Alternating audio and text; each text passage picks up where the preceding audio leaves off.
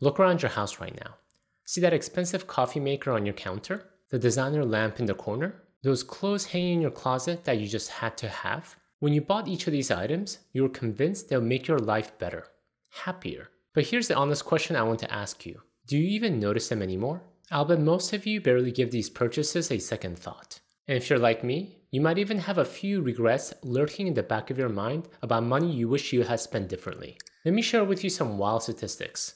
Americans today have twice as much disposable income as we did 50 years ago. We're literally twice as wealthy as our parents were. Yet when researchers ask us how happy we are, the numbers haven't budged. We're no happier than we were 5 decades ago, despite having dramatically more money to spend. Why is this? Many of us intuitively believe that more money should make us happier. And we're not entirely wrong. But the data tells us that we're missing some crucial piece of the puzzle. So today, I want to share with you what decades of academic research reveals about the real relationship between money and happiness. I want to help you understand why that last pay raise didn't make you as happy as you expected. Why your wealthy neighbor might actually be less satisfied than you might think. And most importantly, the specific strategies you can use to actually buy yourself more happiness. To kick things off, let's dive into this money-happiness connection. What research says about this age-old question. Does money actually buy happiness? Spoiler alert. The answer is a lot more nuanced than you might think. First, let's talk about what the researchers call day-to-day happiness. Basically how good you feel on any given day. Studies consistently show that in the United States, your day-to-day happiness does increase with your income, but only up to a very specific point, roughly around $75,000 per year. After you hit that threshold, earning more money doesn't seem to make your daily life any more pleasant. But here's where it gets interesting. Money still matters beyond $75,000, just not in the way that you'd expect. While higher earners don't report being happier day to day, they do tend to evaluate their lives more positively when they step back and think about their overall life satisfaction. This brings us to what economists call the Easterlin paradox, named after the economist Richard Easterlin, who first identified this phenomenon in 1974. Even though developed countries like the United States have grown dramatically wealthier over the past several decades, our reported levels of happiness haven't increased at all. The data is pretty revealing. Since 1972, researchers have been asking Americans the same simple question. Taken all together, how would you say things are these days? Would you say you're very happy, pretty happy, or not too happy? In 2014, 32.5% of Americans said they were very happy, compared to 42-year average of 33.3%. Meanwhile, our inflation-adjusted disposable income per capita grew by 108% over the same period. Think about that for a moment. We have twice as much money to spend as we did close to 5 decades ago, but we're no happier. If anything, we're slightly less satisfied with our financial situation than previous generations were. So what is going on here? Why isn't more money making us happier?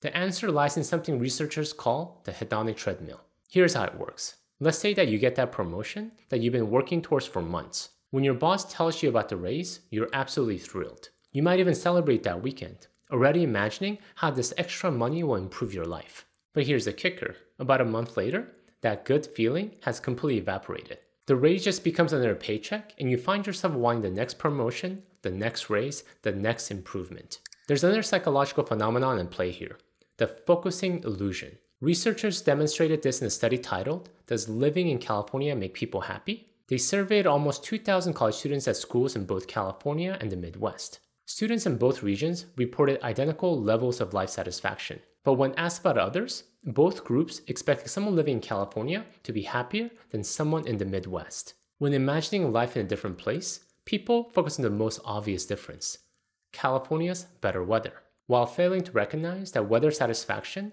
isn't actually that important to overall life happiness. The same thing happens with money. When researchers ask about life satisfaction, our attention immediately jumps to our income and wealth, making us think these factors matter more than they actually do.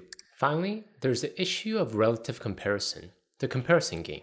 Most of us would be thrilled to have $1 million in the bank, but would be considerably less thrilled if we lived in a neighborhood where everyone else had 10 million. Our happiness often depends not on what we have in absolute terms, but on how we stack up relative to others. This explains why lottery winners, after an initial surge of happiness, often end up no happier than they were before their windfall, and why people who move to wealthier neighborhoods sometimes find themselves less satisfied despite having the same income they had before. The research is clear.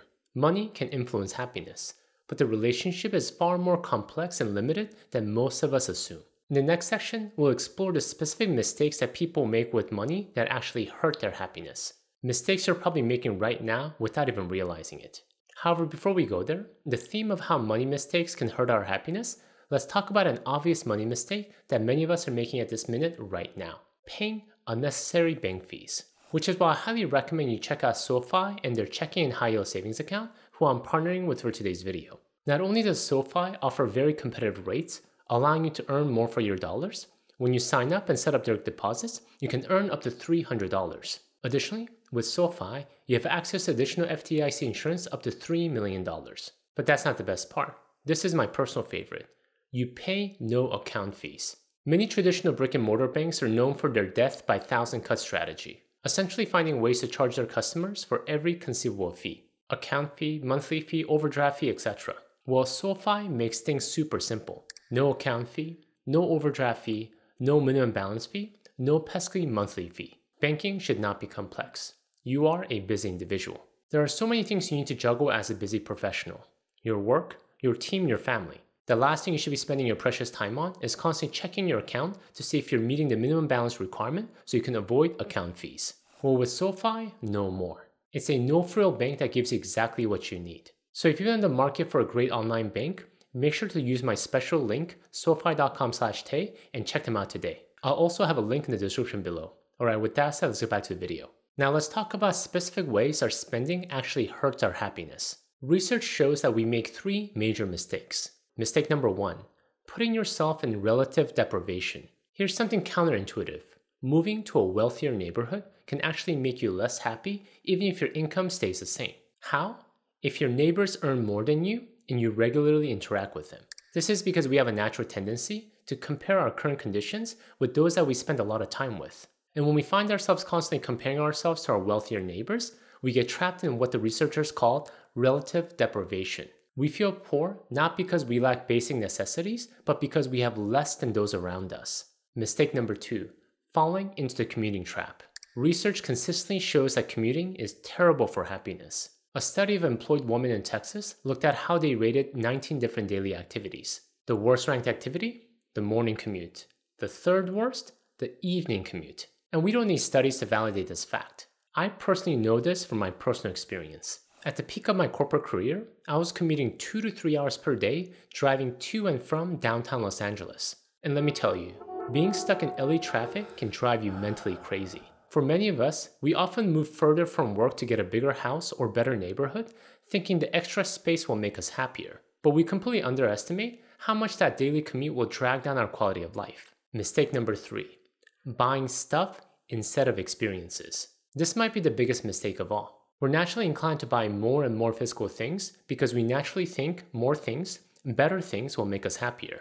However, research shows that we're often happier when we spend money on experiences rather than things. And why is this? It's because experiences offer multiple sources of happiness. First, there's the anticipation phase. Planning a vacation can bring weeks of excitement. Then there is the memory phase. Those memories often grow fonder over time as we recall the highlights and forget the minor annoyances. Bottom line, there will always be someone with more and better things than us. Better house, better car, better clothes. But experiences are harder to compare and they will always have a special place in your heart no matter your physical circumstances. So if we've been spending money wrong, how do we spend it right? How can we actually use our money to purchase genuine, lasting happiness? The research points to 3 specific strategies that consistently work. Strategy number 1 is to achieve financial autonomy. To me personally, the real goal of money shouldn't be to accumulate wealth for its own sake. We're not trying to die with the biggest bank account. No, the goal of money should be to get to a point where money isn't a constant source of worry or constraint. This is what psychologists call autonomy. The freedom to make choices about your life without being constrained by financial obligations. Maybe you're stuck in a job you hate because you can't afford a pay cut that comes with switching careers. Maybe you have an amazing business idea, but don't have enough savings to take the risk of leaving your steady paycheck. Maybe you're in your 50s, but realize you haven't saved nearly enough to retire when you want to. Financial autonomy means building enough of a financial cushion that money becomes a tool for creating the life you want, rather than a limitation that prevents you from living that life. But here's a key insight from the research. You don't need to be ultra wealthy to achieve this autonomy. You just need to get your financial house in order. This means simple activities like eliminating high interest debt, building an emergency fund, and consistently saving and investing for your future goals. The research shows that people who feel financially secure, even at moderate income levels, report significantly higher happiness than those who earn more but live paycheck to paycheck. This is because money is not about the absolute amount that you have. It's about having enough breathing room so that money doesn't become a constant source of worry in your mind. So if happiness is your priority, forget trying to become filthy rich. Instead, focus on financial autonomy. Now, before we continue, I got something special I'm excited to share with you. Have you ever considered what your unique financial strength might be? Your money superpower? Perhaps you're naturally disciplined with spending. Or maybe you have a special knack for thinking about investing. Some of you might even have that valuable gift of patience that wealth compound over time. So I put together what I like to call the Money Superpower Quiz. A quick assessment that'll help you identify your personal financial edge. After completing it, you'll not only discover which money superpower you possess, but you'll also get a personalized strategy designed specifically to amplify that strength as you build wealth. And the best part is completely free. Just a small token of appreciation for tuning into my videos. The link is in the description below, so discover your money superpower today and learn how to best leverage it. Strategy number 2 is to spend money on what you love and excel at. Psychology professors Edward Decky and Richard Ryan identified 3 basic psychological needs that drive human motivation and well-being: competence, autonomy, and relatedness. We're happiest when we're engaged in activities that we're good at and doing them because we want to rather than because we're forced to. And money can be a powerful tool for meeting these needs during both your working and retirement years. It might look like taking a lower paying job that you're passionate about, using your savings to start a business in a field that you love, or investing in education and training that lets you switch to a more meaningful work. The key is using money to enable work where you can experience what psychologists call flow, that magical state where you're completely absorbed in challenging but achievable tasks, where time seems to disappear because you're so engaged in what you're doing. But this strategy goes beyond just career choices. You can leverage your money towards interests and hobbies as well. Professional equipment for your photography passion, better cooking utensils for your love of culinary art, or investing in an immersion program because you're excited to learn a new language. Whatever it is, research shows that when you spend money on something that helps you get better at something you genuinely care about, you're not just purchasing an object or a thing, you're investing in your sense of competence and autonomy, and this naturally leads to improved happiness. Strategy number 3, invest in relationships. Spend money to enhance your relationships. A massive 2010 study analyzed data from 148 previous studies involving over 300,000 participants and found that having strong social connections boosts longevity roughly as much as quitting smoking. In other words, relationships are not just nice to have, they're literally a matter of life and death. And other studies have validated this fact. Across multiple studies, spending time with friends and family consistently emerged as one of the most reliable paths to happiness across all demographic groups. But here's a challenge that many people find despite knowing this fact. Experience with others come with a level of financial cost. A family dinner out might cost $150, more than a small tablet that could provide months of entertainment. Concert tickets for you and your friend might cost $200, more than a piece of furniture you'll use for years. A family vacation might cost you thousands, more than a home theater system that will last you a decade. But before balking at this cost, remember that experiential purchases, especially those shared with others, provide longer lasting satisfaction than material goods. That tablet, that furniture, that home theater system will eventually be forgotten and discarded. But that shared memory will last many more years to come.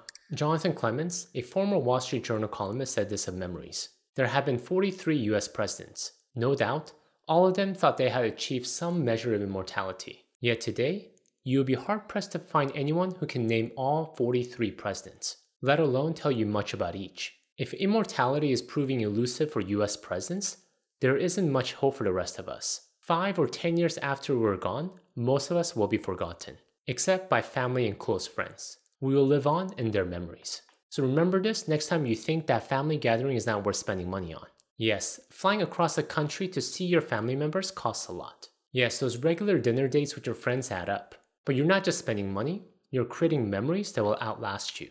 Alright, but I don't want to just stop here. Let me share with you a few more bonus research-backed spending strategies that consistently increase happiness. Spending money on others, not just yourself. Multiple studies have shown that giving to others, whether through charitable donations or buying gifts for family and friends, increase happiness more than spending equivalent amount on yourself. making frequent, small purchases rather than occasional big ones. The anticipation and variety provides more total happiness than a single large expenditure. Delay purchases when possible. The anticipation phase extends your enjoyment and often makes the eventual purchase more satisfying. This is the opposite of our instant gratification culture, but research shows that waiting actually multiplies the happiness you get from a purchase. You probably heard of the age-old saying, money can't buy happiness. And there's truth to that statement. But as we've seen from decades of research, the reality is far more nuanced. The truth is that money can buy happiness, or at least greater life satisfaction. But it all comes down to how we spend it. If we're buying the wrong things at the wrong time for the wrong reason, of course it's not going to work. However, when you align your spending with what actually drives human happiness, money can become one of the most powerful tools you have for creating a more satisfying life. Thank you guys for watching the theme of spending money the right way. If you want to learn things truly wealthy people never waste money on, please check out my video here. Until next time, all the best.